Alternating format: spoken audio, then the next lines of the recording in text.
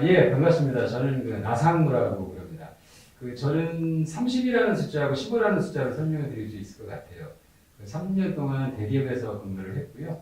그 중에 15년은 인사임원하고 인사부장으로 실무를 좀 경험을 했습니다. 그리고 최근 5년 동안은 공기업하고 공무원 면접위원도 활발히 다니고 있습니다. 그런 경험을 가지고 여러분한테 도움이 되는 피드백을 좀 드리고 싶습니다. 네, 저는 신주혁입니다. NCS 관련돼서 채용 설계하는 작업들과 NCS 컨설턴트, 그리고 자소서 심사라든지 문항 출제, 그리고 면접관 교육이라든지 대기업 쪽에서는 이제 인사 HR에 담당을 했었던 대기업 쪽과 공공 쪽의 인성, 특히 공공 NCS 관련된 설계했기 때문에 여러분들 어떤 방향성들을 제시하고, 특히 이번 토론 면접 문항이라든지 문수 면접 문항도 출제를 하는 방향도 있기 때문에 여러분들이 잘하고 있는지 그런 내용들을 또 가이드도 드리도록 하겠습니다. 저는 먼저 토론 면접 또는 토의 면접의 유형에 대해서 간단히 소개를 좀 드릴게요. 두 가지가 있습니다. 하나는 찬반 토론 방식이고 두 번째는 문제 해결 방식입니다.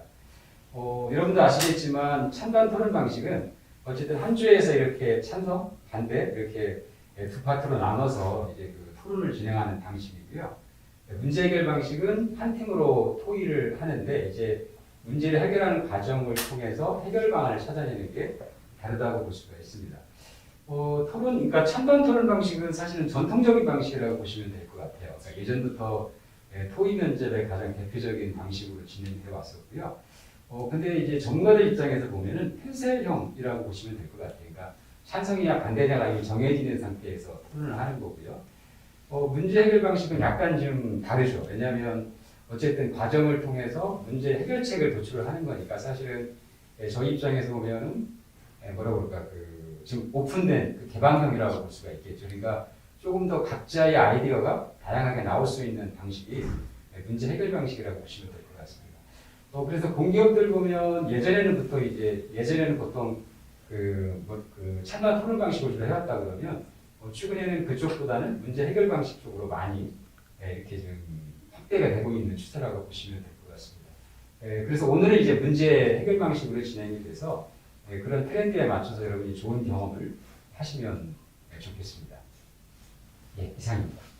그럼 이제 토의 방식 관련돼서 안내를 드리자면은, 일단 토의는 15분간 저희가 드린 자료를 통해서 여러분들이 준비하는 과정을 거치게 되고, 실제 토의 시간은 약 40분이라고 보시면 됩니다.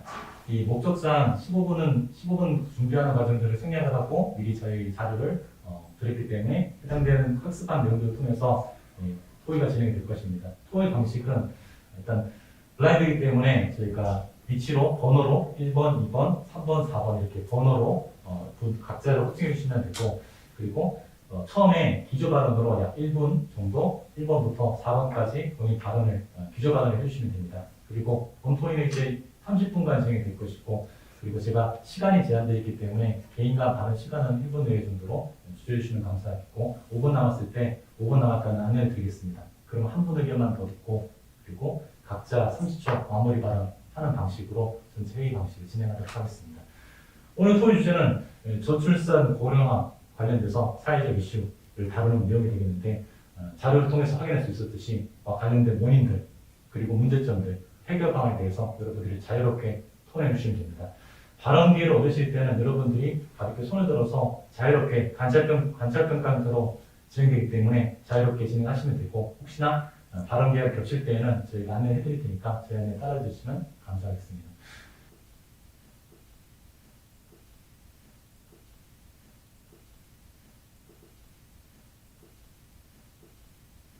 먼저 1번부터 기조 발언을 해주십니다. 저출산 고령화 문제는 200조가 넘는 예산이 정부에서 투자될 만큼 가장 중요하고도 해결이 잘 되지 않는 문제입니다.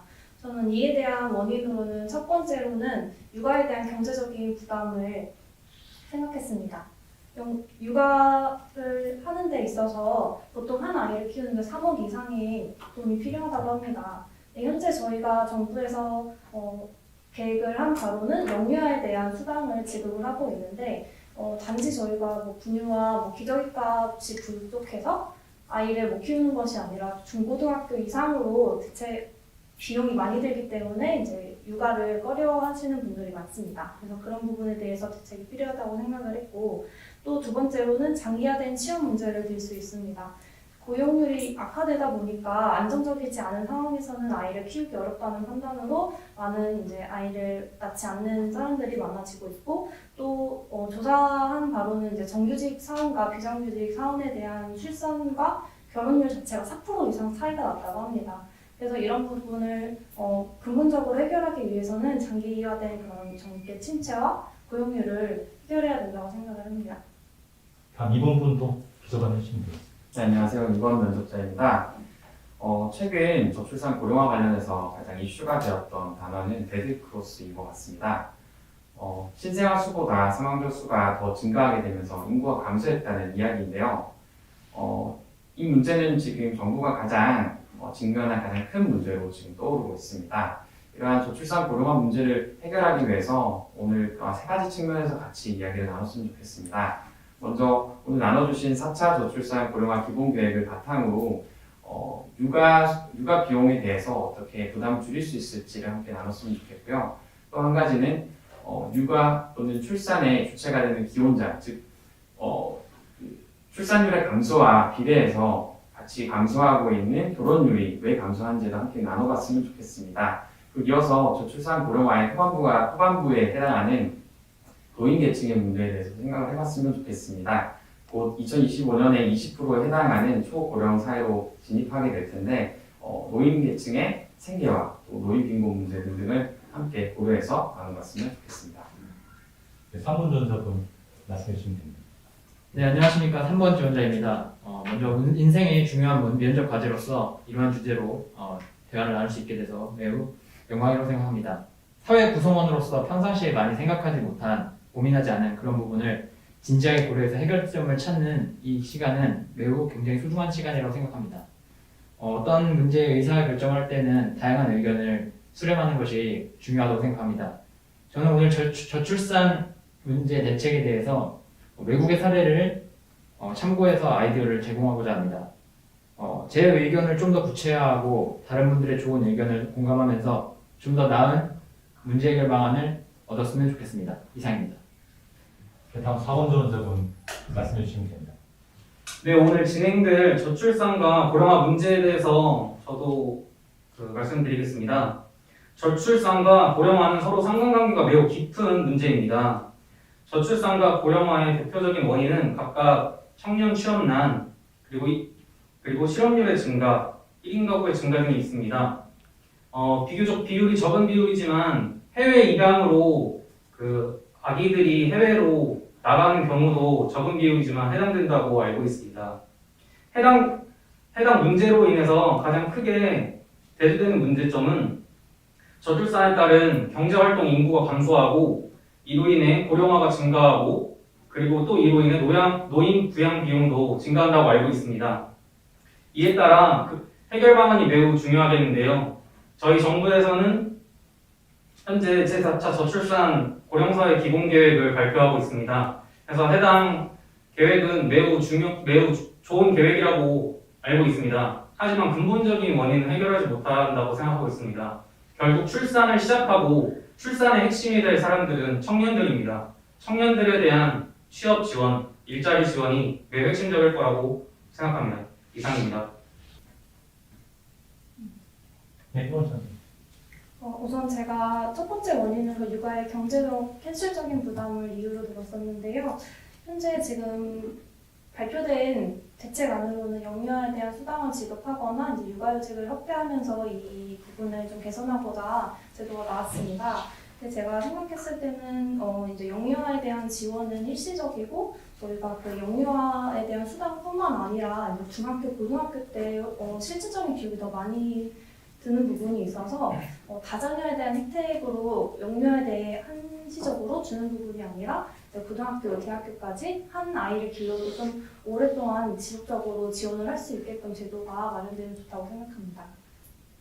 저도 그 부분에 공감이 되는 부분이 지속적인 돌봄과 교육 비용이라는 걸로 정리를 할 수 있을 것 같은데요. 이것은 단순히 아이가 성인으로서 자라나는 그거에 대해서 필요한 것만 채우는 것이 아니라 아이를 키우는 부모들의 어떤 개인적인 또 사적인 행복을 추구하는 데 있어서도 반드시 전제되어야 할 부분이라고 생각을 합니다. 그러나 4차 저출산 고령화 기본 계획을 봤을 때는 영아 또는 어렸을 때 그 아이에 대한 양육 비용에만 좀 실용되어 있는 것 같아서 일본 면접자님께서 말씀해 주셨던 대로 그 부분들 채워질 때 좀 더 출산율이 올라가거나 기존에 자녀를 낳으셨던 분도 다자녀로 나아가는 데 도움이 되지 않을까라는 생각이 듭니다. 예, 사모님.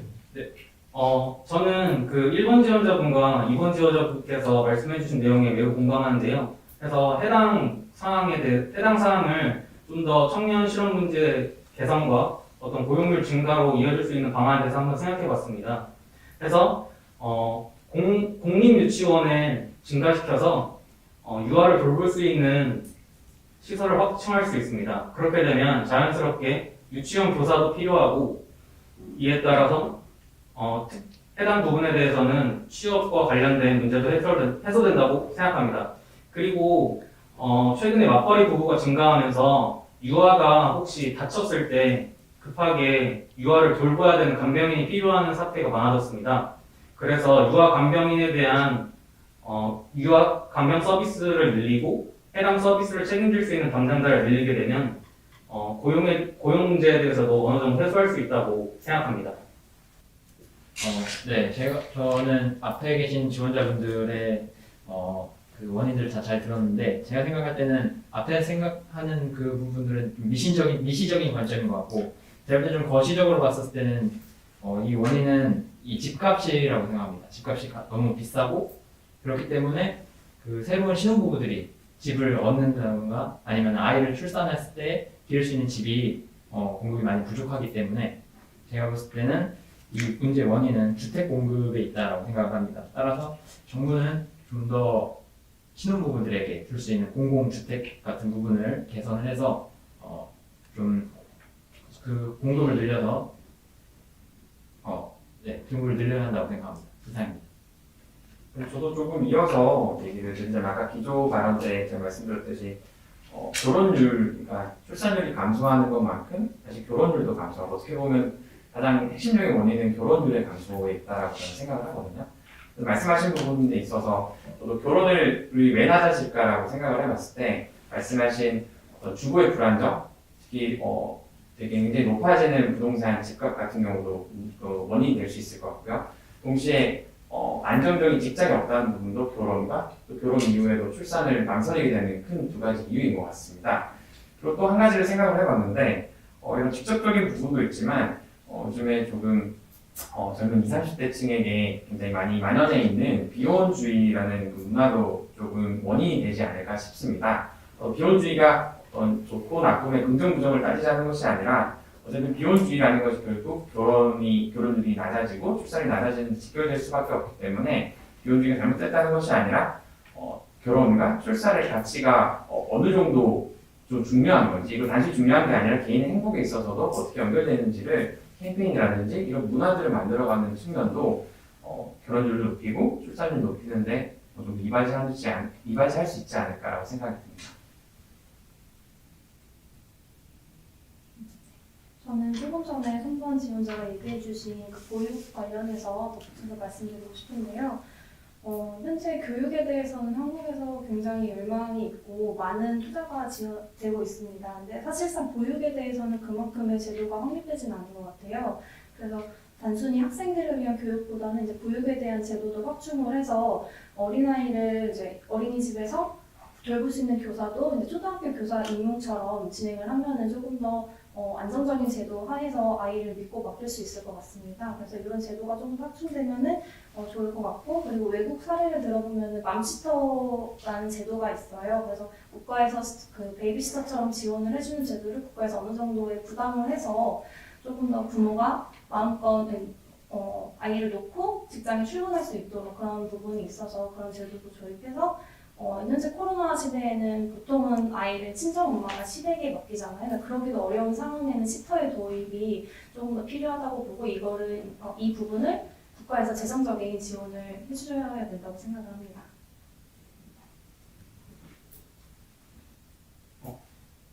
저도 방금 1번 지원자분께서 말씀해 주신 거에서 간단하게 생각을 해봤는데 그 베이비시터와 관련돼서는 현재 65세 이상 노인분들에게도 일자리를 제공할 수 있는 좋은 방향이라고 생각합니다. 현재 65세 이상 분들은 재취업을 희망하고 있지만 재취업에 많이 어려움을 겪고 있습니다. 그래서 그러한 베이비시터와 같은 자격증이나 전문성을 확립한다면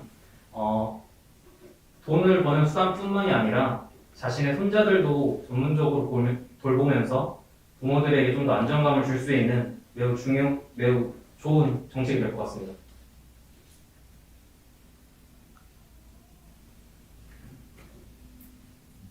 네, 저도 조금 이어서 얘기를 나누고 싶은 것들이 있는데요. 아까 말씀하셨던 주거 부분, 좀 보육이나 교육 부분을 말씀하셨는데, 제가 최근에 어떤 본 기사에서 아까 출산율이 가장 떨어지는 곳이 농촌도 있지만 동시에 수도권도 있다라고 제가 얘기를 들었습니다. 즉, 서울시 또는 이제 수도권의 직장이나 또 안정적인 주거지가 집중되어 있다 보니까 이제 사람이 몰리고 또 가격이 높아지다 보니까 오히려 높은 주거지와 어떤 직장을 잡기 어려워지는 어떤 역설적인 상황들이 일어나고 있는데요.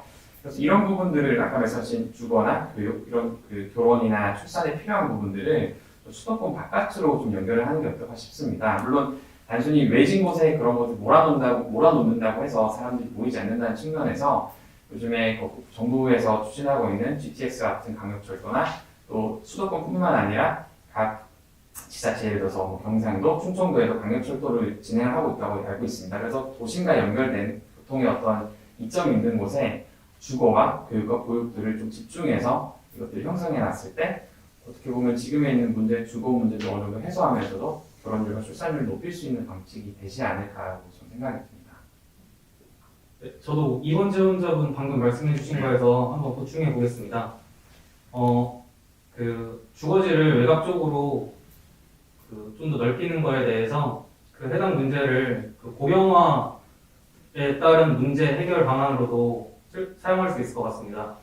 미성도시로 좀 더 주거시설과 어떤 주변 인프라를 넓히게 된다면 최근에 논란이 되고 있는 노인분들의 외로움에 따른 자살 문제도 같이 해결할 수 있을 거라고 생각합니다. 자녀와 그렇게 멀리 떨어진 곳이 아니라 자녀와 가까운 곳에 살 수 있도록 제도를 마련하게 된다면 그런 사회적 이슈나 논란도 해결할 수 있다고 생각합니다. 3번 지원자가 2번 지원자가 말씀해주신 부분처럼 저출산과 고령화 문제를 빼놓을 수 없는 문제인 것 같아요. 그래서 고령화에 대한 문제를 조금 더 해결해 보고자 농촌 사회에서 농촌에 대한 인력이 감소하는 부분도 가장 큰 문제 중에 하나입니다. 이런 부분을 기존의 장년층이 가지고 있는 노하우와 청년층이 가지고 있는 기술을 접목해서 조금 더 일자리를 창출하고 노인 일자리도 유지할 수 있는 방안을 생각할 수 있으면 좋을 것 같고요. 청년층 같은 경우는 요즘에 스마트팜 같은 인터넷으로 상거래를 하는 부분을 활용해서 진행을 한다면은 출산율뿐만 고용 문제도 해결할 수 있다고 생각합니다. 4차 저출산 고령화 기본계획을 주어진 과제 내용에 국한돼서 확인을 하긴 했지만 그 내용을 보면서 어쨌든 수단 또는 비용적인 측면을 덜어주는 그런 정책들이 있었고요. 동시에 육아휴직, 지금 비용만큼 중요한 아이들에게 쓸 수 있는 시간 또는 그 아이들에게 쓰는 어떤 공공돌봄 같은 지원을 받는 부분들이 있어서 굉장히 긍정적인 정책으로 보았던 것 같습니다.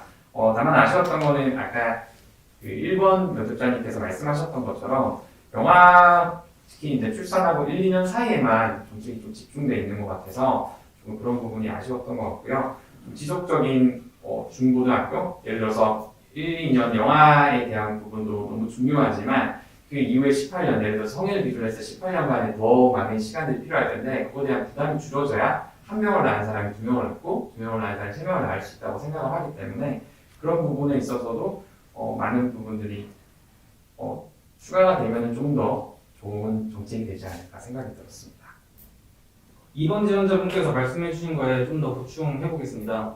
현재 정부가 추진하고 있는 계획은 장점도 있고 단점도 있다고 생각합니다. 그 장점 중에서 구체적인 예로 임금 근로자에 한정된 지원 정책을 프리랜서나 자영업자로 확장한 것이 매우 좋다고 생각하는데 단점은 저는 토의 초반에도 말씀드렸듯이 결국엔 출산을 주로 담당하고 출산을 처음 시작하는 사람들은 청년층입니다. 청년층이 안정적인 경제 기반을 통해서 경제 활동을 하고 주거를 마련해서 반려자와 함께 자신의 미래를 함께 아이와 꿈꿀 수 있는 그런 사회를 만들 수 있도록 해야 된다고 생각합니다. 그래서 현재 이러한 정책에는 조 단위 이상의 돈이 들어간다고 알고 있습니다. 결국엔 이런 정책은 밑빠진 고개에 물 붓기가 될 수 있습니다. 가장 근본적인 문제부터 해결하는 것이 가장 중요하다고 생각합니다. 앞에 말씀해주신 분들의 장단점을 다 잘 들었는데 저 좀 추가해서 말씀드리겠습니다.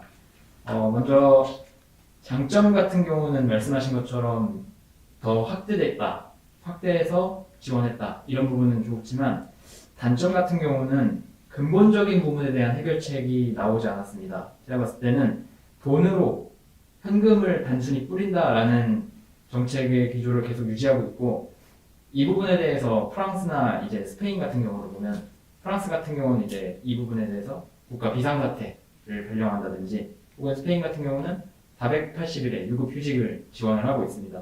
이런 좀 국가적으로 근본적인 해결책을 제시하지 않은 이런 부분들이 4차 기획에서는 좀 아쉬운 부분이라고 할 수 있겠습니다.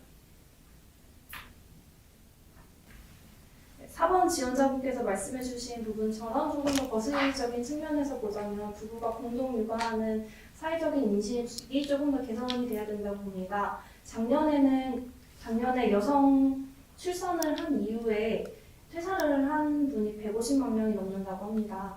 출산과 육아 모두 이제 부부의 공동의 일이고 출산율에 영향을 미치는 부분이 있는데 여성이 출산 이후에도 회사에서 이제 조금 더 적응하고 이어서 자기의 커리어를 개발할 수 있도록 제도적인 측면이 있어야 된다고 생각을 합니다.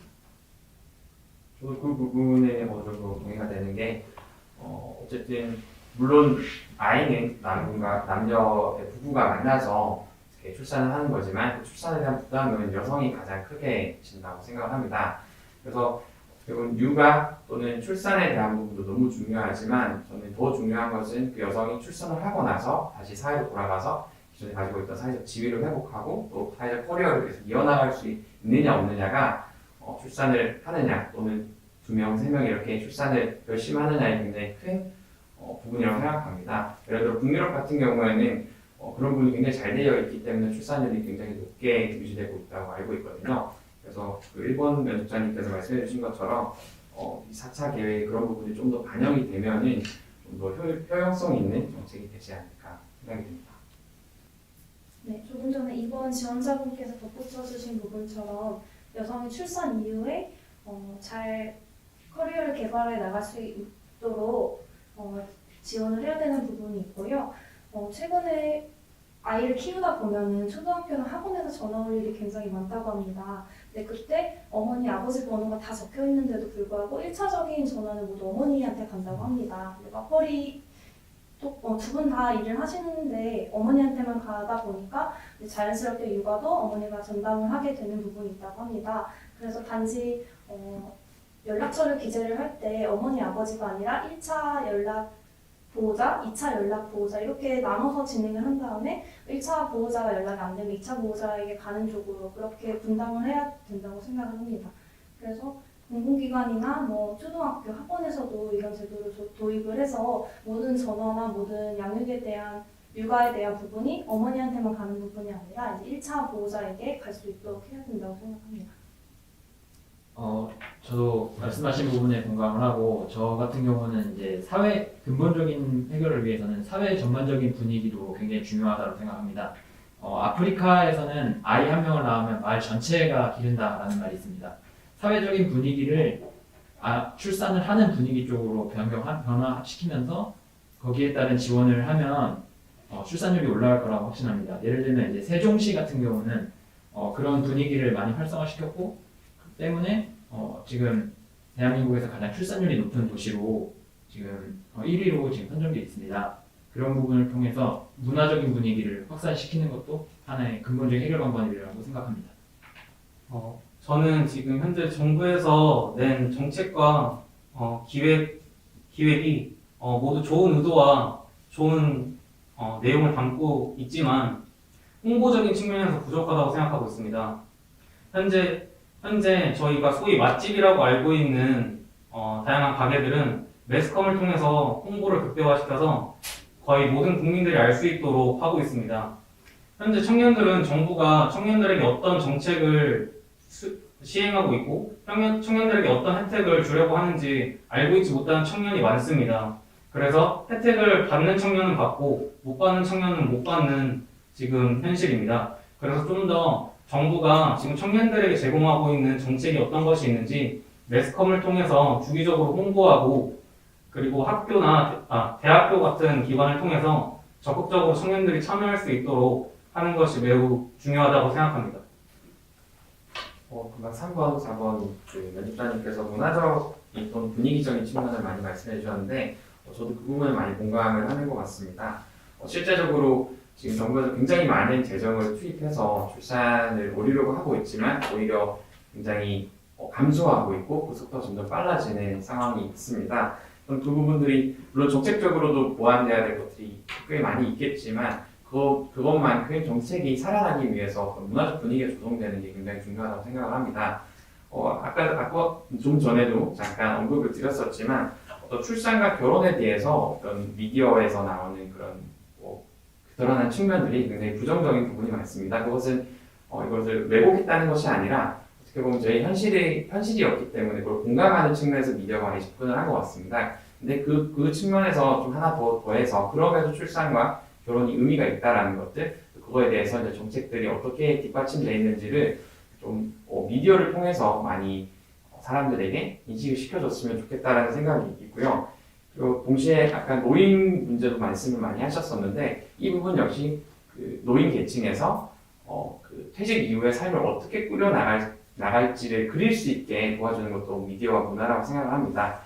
최근에 꽃보다 할배 같은 그런 단순한 예능 프로그램 하나로 인해서 노인 계층에서 어떤 여행 붐이 불었던 것처럼 노인 계층이 이후에 어떤 생계에 있어서도 어떻게 보면은 그 노인분들의 전성기보다는 좀 작은 직업일 수 있지만 거기서 존중받을 수 있는 직업들, 미디어를 통해서 그것들을 계속해서 확인시켜주는 그런 문화적인 작업들이 정책에 반영돼서 진행이 된다면 어쩌면 정책보다도 더 큰 효과를 낼 수 있지 않을까라고 생각이 듭니다.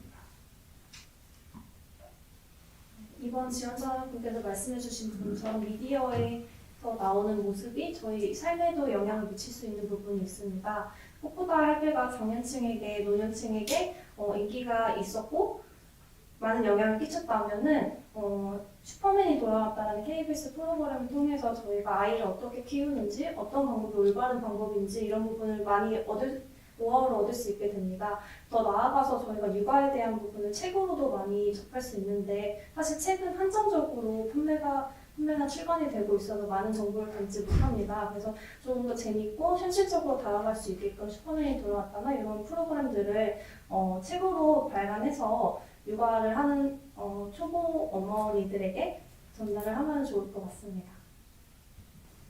조금 덧붙이고 싶은 이야기가 있습니다. 제가 최근 기사에서 데드크로스라는 단어를 보면서 거기 밑에 있었던 내용들이 저희가 이제 저출산 관련해서 직접 예산이 OECD 평균에 비해서 절반을 조금 넘는 정도에 불과하다고 들었습니다. 제 이미지는 굉장히 저출산에 굉장히 많은 재정을 투입하고 있다고 생각했는데 그럼에도 여전히 더 늘어나야 될 측면이 있다라고 거기서 깨닫게 되었는데요. 그렇다면 만약 재정이 늘어나게 된다면 물론 저희가 짚었던 그 지점에도 재정이 투입이 되어야겠지만 저는 그 재정이 조금 다자녀보다는 첫 아이를 낳는 데 좀 더 집중이 되었으면 좋겠습니다. 결국 출산이라는 게 한 명을 낳느냐 안 낳느냐라는 부분에서 가장 크게 갈린다고 생각을 합니다. 만약에 한 아이를 낳고 그 가운데서 가치를 느끼고 행복을 느끼고 또 가정을 꾸려나가는 경험이 있다면 저는 2명, 3명도 늘어날 수 있다고 생각합니다. 하지만 제 상식선에서는 다자녀에 더 많은 재정들이 투입이 된다고 좀 인지를 하고 있습니다. 그래서 일단 출산을 할 수 있는 허들을 가장 낮게 조성을 해서 그 재정을 통해서 한 명을 먼저 낳을 수 있는 정책들이 먼저 더 많이 제공되게 되면은 오히려 출산율이 지금 출산율 1도 그러니까 한 명도 되지 않는다라고 알고 있는데 그 이상으로 넘어갈 수 있는 굉장히 중요한 변곡점을 만들 수 있지 않을까 생각이 듭니다. 현재 토익 시간이 무난한데 개인별로 마무리 발언하는 식으로 진행하도록 하겠습니다. 4번 선수부터 1번 순으로 마무리 발언하도록 하겠습니다. 네, 저출산과 고령화는 단지 너와 나에 국한된 문제가 아니라 우리 모두가 같이 해결해야 될 문제라고 생각합니다. 그래서 저출산과 고령화를 함께 해결할 수 있는 문화를 만들고 정부가 근본적인 대책을 세워서 함께 국민들과 노력한다면 충분히 해결할 수 있을 거라고 생각합니다. 저출산 고령화 문제는 우리가 단기간에 쉽게 해결될 수 있는 문제는 아니라고 생각합니다. 꾸준히 향후를 바라보면서 근본적인 해결 방법을 찾으며 정부와 국민 그리고 우리 모두가 해결 방안을 찾아야 될 그런 문제라고 생각합니다. 이상입니다. 저출산 문제는 10년, 20년 전부터 굉장히 크게 들리기 시작했던 것 같은데 이제 정말 중요한 시점에 와닿아 있는 것 같습니다. 2040년을 기점으로 이 저출산 속도를 줄이지 않으면은 2100년에는 국가의 존폐가 흔들릴 만큼 굉장히 중대한 문제로 알고 있습니다. 그러나 이렇게 출산율이 빠른 속도로 감소하고 있는 나라 중에 출산율을 강화하고 다시 끌어올린 사례는 사실 거의 없습니다. 그렇기 때문에 대한민국에서 이 문제를 정말 집중적으로 해결하기 위해서 마음을 모으고 생각을 모으고 또 주어진 재정들을 투입함으로써 이 문제를 첫 번째로 출산율을 다시 상승시킨 성공 사례가 저희 나라가 되었으면 좋겠습니다. 무엇보다도 그 출산율 또는 결혼의 주체인 저희 세대에서 이 문제를 더욱더 토의하고 그것을 고민하면서 잘 만들어갈 수 있는 기회가 되었던 것 같습니다. 이상입니다. 저출산이 국가의 중요한 문제이듯이 출산과 육아가 개인의 삶에서는 아주 중요한 부분입니다. 단지 인구를 노동력으로만 보면 결코 저출산 문제는 해결될 수 없다고 봅니다. 개인의 삶을 반영하는 정책들이 더 많이 나왔으면 좋겠고 이 자리를 빌어서 더 구체적인 방안을 논의할 수 있어서 좋았습니다. 예, 토익 면접이 마무리가 돼서 저희가 이제 그 면접관 그 관점에서 피드백을 좀 드리려고 합니다. 일단은 방식은 네 분이 토론을 하셨기 때문에 어쨌든 이것도 이제 면접이기 때문에 각자 평가가 되는 거잖아요. 그래서 한 분 한 분당 저희가 느낀 거를 말씀을 드리고 나중에 이제 종합적으로 느낀 것도 좀 같이 전달해 드릴게요. 그래서 일단은 1번 지원자부터 말씀을 드릴게요. 일단 제가 그 좋게 본 점은 굉장히 차분하고 소신 있는 발언을 해주신 게 마음에 들었습니다. 그 다음에 보시면 본인이 이제 발언할 때도 물론이지만 다른 지원자가 발언을 할 때 잘 경청하시는 것도 많이 좀 보였고요. 그 다음에 아무래도 이제 네 분 중에 여성이 한 분이기 때문에 여성의 관점에서 하신 말씀이 많더라고요. 근데 이제 이게 물론 이제 소신 있는 내용이면은 뭐 그 정도 선이면 괜찮은데 예를 들면 이렇게 생각하면 해보시죠. 만약에 면접관이 3명이 나왔는데 3명 다 남자다.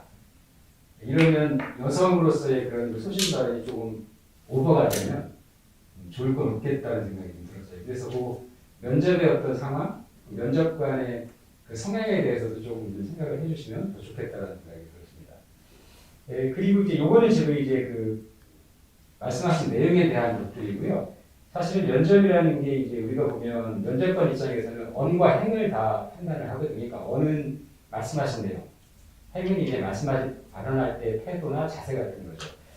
저는 이제 오늘 주로 그 행 쪽에 대해서 좀 조금 구체적으로 좀 개인별로 드리고 싶은데 1번 지원자께서 그런 점에 있어서는 예를 들면 이제 손을 탁자 밑에 두고 주로 발언을 하시더라고요. 근데 그거보다는 책상 위에 두시는 게 조금 더 적극성이 좀 표현이 돼요. 아무래도 손을 탁자 밑에 놓게 되면 소극적이다 이제 이런 느낌이 아무래도 들겠죠. 그리고 또 하나는 어쨌든 이게 토론이기 때문에 다른 지원자가 발언하는 거를 내가 메모를 할 필요는 있거든요. 그래서 그런 점에서 이 팔을 탁자에다 놓고 적극적으로 해주시는 게 오히려 좋겠다는 생각이 좀 들었고 중간중간 전달력은 조금 좀 보완이 됐으면 좋겠어요. 그러니까 중간에 보면 말이 조금 빠르신 순간도 있었고 그 다음에 조금 더 말을 좀 이렇게 솔직하게 해주셔도 더 좋을 것 같아요. 그러니까 그런 점만 보완해 주시면 좋겠습니다. 일본전자 분야에서 그러니까 행위에 대해서 들으셨는데 이제 원에 대해서 내용을 좀 말씀하시니까 내용 모두 다 소위 너무 잘해주셔가지고 좋았던 포인트들이 많이 보였던 것 같습니다. 일본전자 분 내용 중에서 세 가지 저는 가장 인상 깊었었는데 첫 번째는 그 정책 자체가 용료화에 편중되어 있는데 이후에 후속을 해야 된다는 그런 발언을 먼저 던져주셨기 때문에 이 논의가 좀 이루어졌었거든요. 그런 포인트를 짚어줬던 게 좀 좋았다고 생각이 들고 두 번째는 앞서 이제 여성 부분이 혹시 과도하게 보이지 않나 주의하시라는 어떤 발전적인 측면으로 조언해 주셨는데 그런 부분도 어떻게 보면은 역으로 생각하면은 가장 여성으로서의 입장을 또 보여줄 수 있는 어필할 수 있는 포인트였다라고도 역으로도 볼 수도 있다고 생각합니다. 그리고 세 번째 그 미디어 관련된 얘기를 주셨는데 실제로 육아라는 입장에서 이 미디어의 긍정 효과도 기대된다.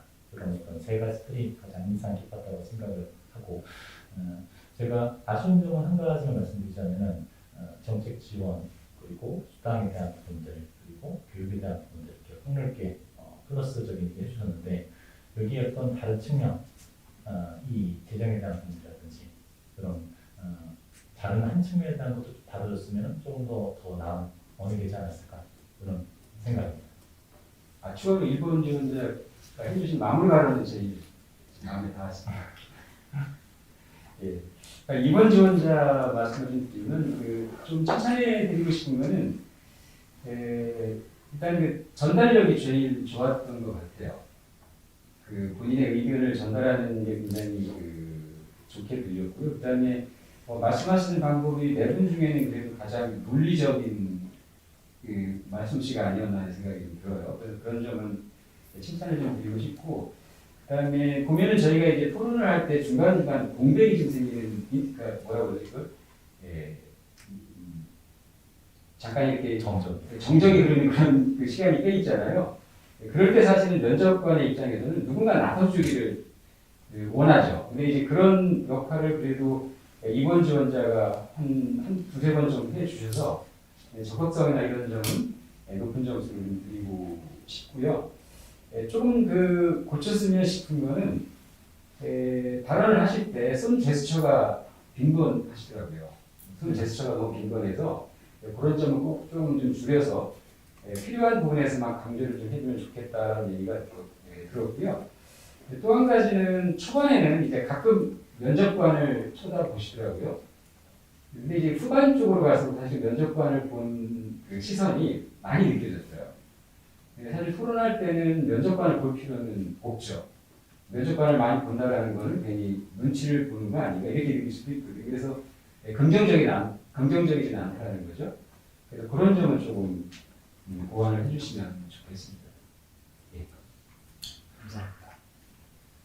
이번 저번에서 제가 또 말씀을 드리자면 일단 앞서 말씀해 주셨던 것처럼 논리적으로 얘기를 가장 잘했다 이렇게 말씀하셨는데 나를 하는 어떤 스킬이랄까 이런 부분들은 좀 제일 좋았다고 생각이 듭니다. 나를 잘 풀어나가신다는 생각이 들었었고 일단 역시나 이제 세 가지 포인트를 제가 한번 잡아봤었는데 일단 상대방 얘기를 듣고 거기에 대해서 보충을 하는 발전시키는 방향으로 서로 일을 잘 이끌어 나가시더라고요. 그런 점도 본인 논리성을 보여주는 어떤 한 방면이지 않나라고 생각을 하고 세 번째로 느꼈던 게 첫 번째 게임 인프라랑 GTX 이런 것을 연계시켜서 설명한 부분들이 좀 인상이 깊었었고 그리고 OECD 예산 이런 예시를 드는 부분도 또 다른 인사이트를 줘서 괜찮은 접근이었다.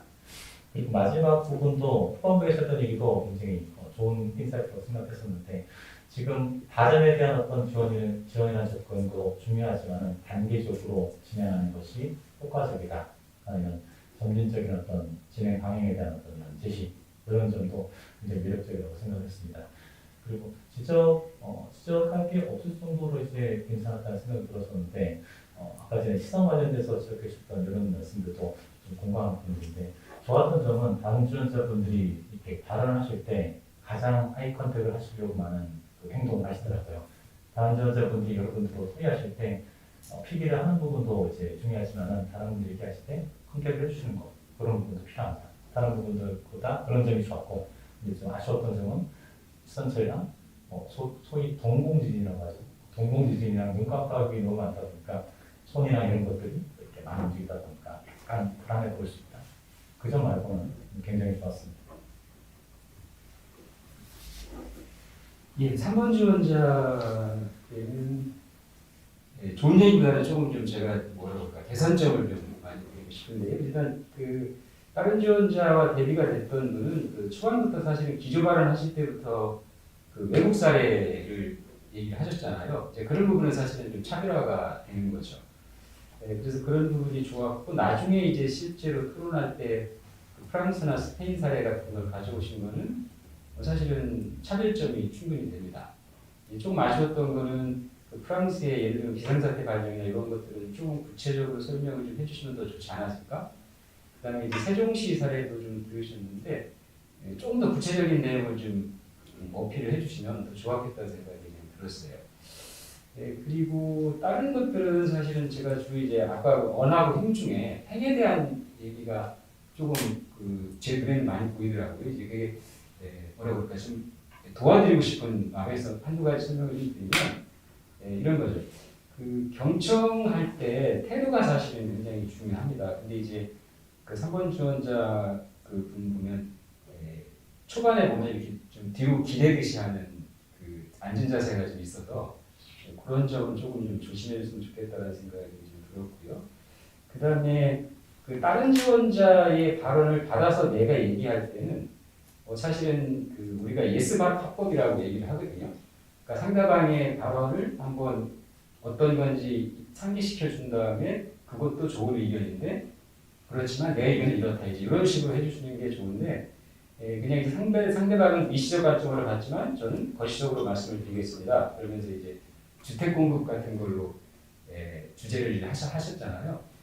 그럼 이제 면접관 관점에서 보면 다른 지원자의 의견을 좀 존중하지 않는 게 아닌가 이제 이렇게 느낄 수도 있는 거죠. 그래서 그런 점은 좀 조심을 해주시면 좋겠고 그리고 또 한 가지는 이 토론을 하는 과정에서 이 다른 지원자를 그냥 이렇게 정정당당하게 바라보시는 게 나아요. 그러니까 이렇게 약간 숙여서 이 뭐라 그럴까 눈을 조금 이렇게 떠서 바라보신다. 그러니까 견눈질한다라는 느낌이 좀 들기는 들었거든요. 그래서 그런 거는 사실은 토론 전열에서는 좋지는 않습니다. 그래서 그런 것들을 조금 뭐라 그럴까 그 자세에 대한 그런 것들을 한번 거울로 보고 한번 연습을 좀 해주시면 도움이 좀 많이 될 것 같습니다.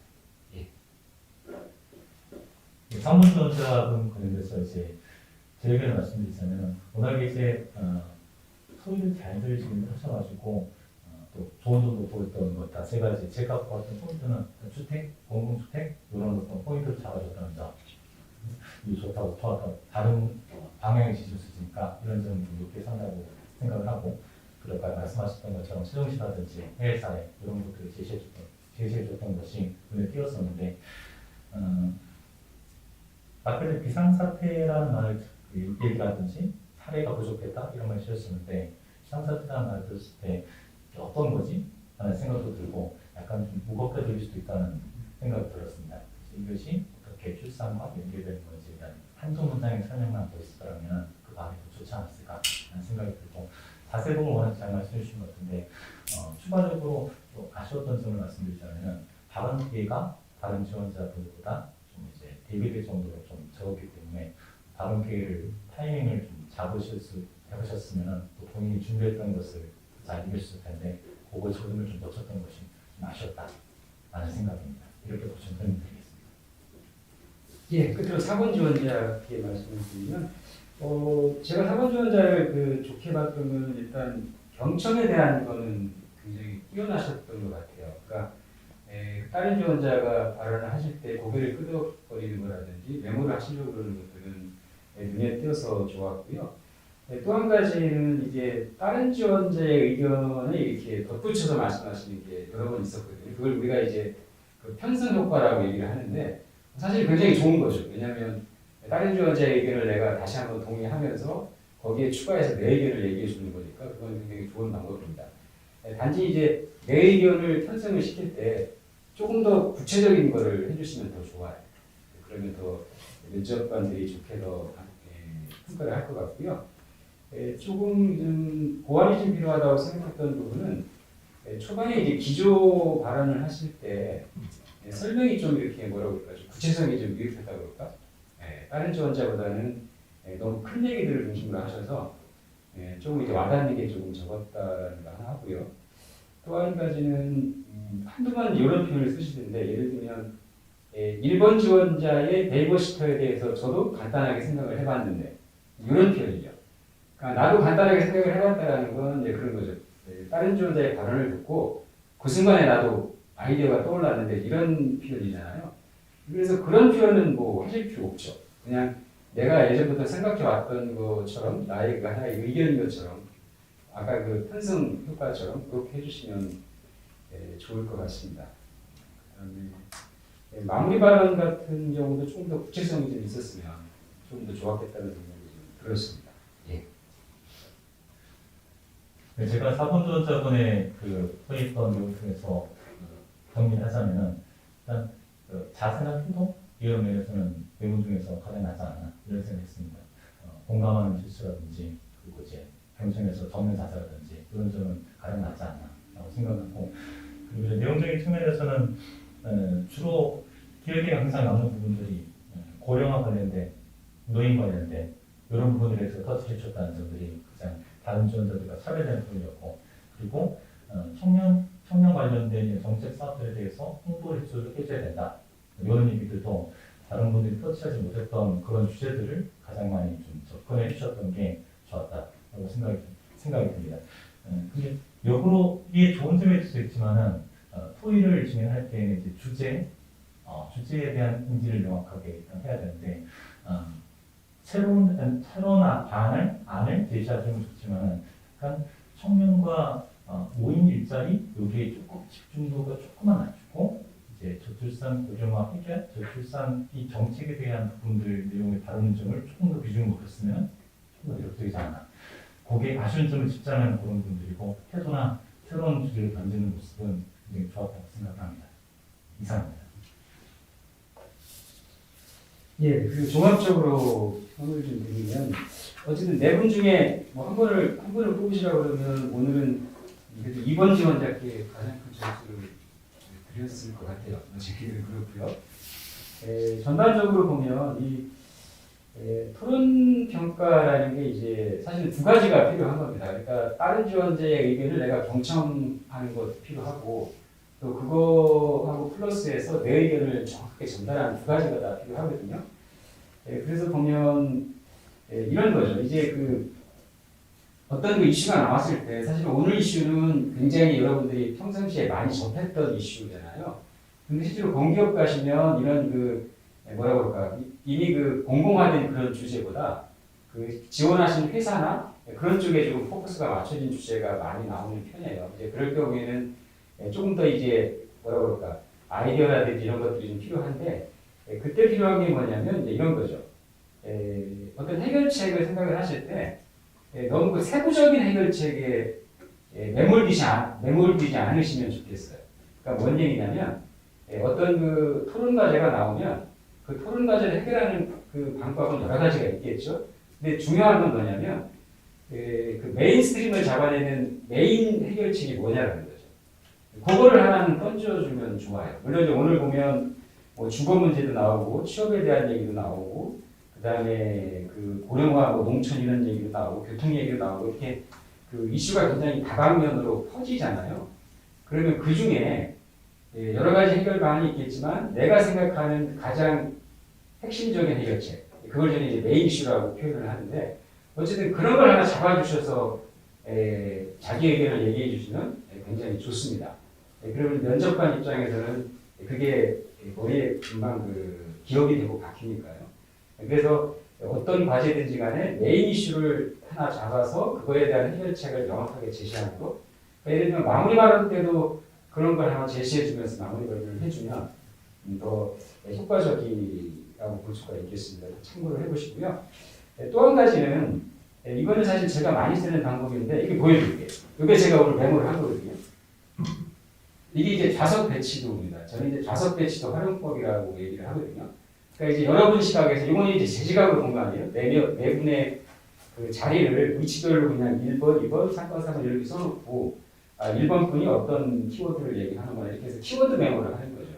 이게 왜 필요하냐면 여러분 앉은 자리에서 시각적으로 1, 2, 3, 4번을 표시를 해놓으시고 1번 지원자가 주로 하는 키워드가 뭔지 그걸 이제 간단히 메모를 해놓고 다음에 내가 의견을 얘기할 때 그 다른 지원자의 의견 발언 내용을 참고해서 하시면 굉장히 좋습니다. 그러면 경청을 한다는 것도 어필을 할 수가 있고 그 다음에 그 메모된 내용을 보고 내 의견을 더 추가해서 아니면 좀 더 명확한 자기 의견을 전달할 수가 있습니다. 그래서 그 좌석배 시도를 활용하는 방법은 꼭 한번 써보시면 좋겠어요. 토론 면접을 가시면 어쨌든 메모지는 주잖아요, 그죠? 그걸 활용을 하시면 됩니다. 그리고 사실 이게 토의 면접을 하다 보면 오늘도 이게 두세 번 그런 경우가 있었는데 이 공백 시간이 가끔 생기잖아요. 그럴 때는 사실은 이게 누군가 나서주는 게 좋아요. 그래야 이제 면접관 입장에서는 조금 더 주도적이고 적극적으로 하는 사람이다라는 인상을 줄 수가 있죠. 근데 이제 그것도 조금 조심하실 게 자꾸 반복이 되면 오히려 또 마이너스가 될 수 있겠죠. 그래서 필요하다고 생각할 때는 좀 더 적극적으로 토론의 어떤 그 분위기나 흐름을 이끌어주는 것도 필요하다고 볼 수 있습니다. 그런 점을 좀 참조를 해보시면 좋겠습니다.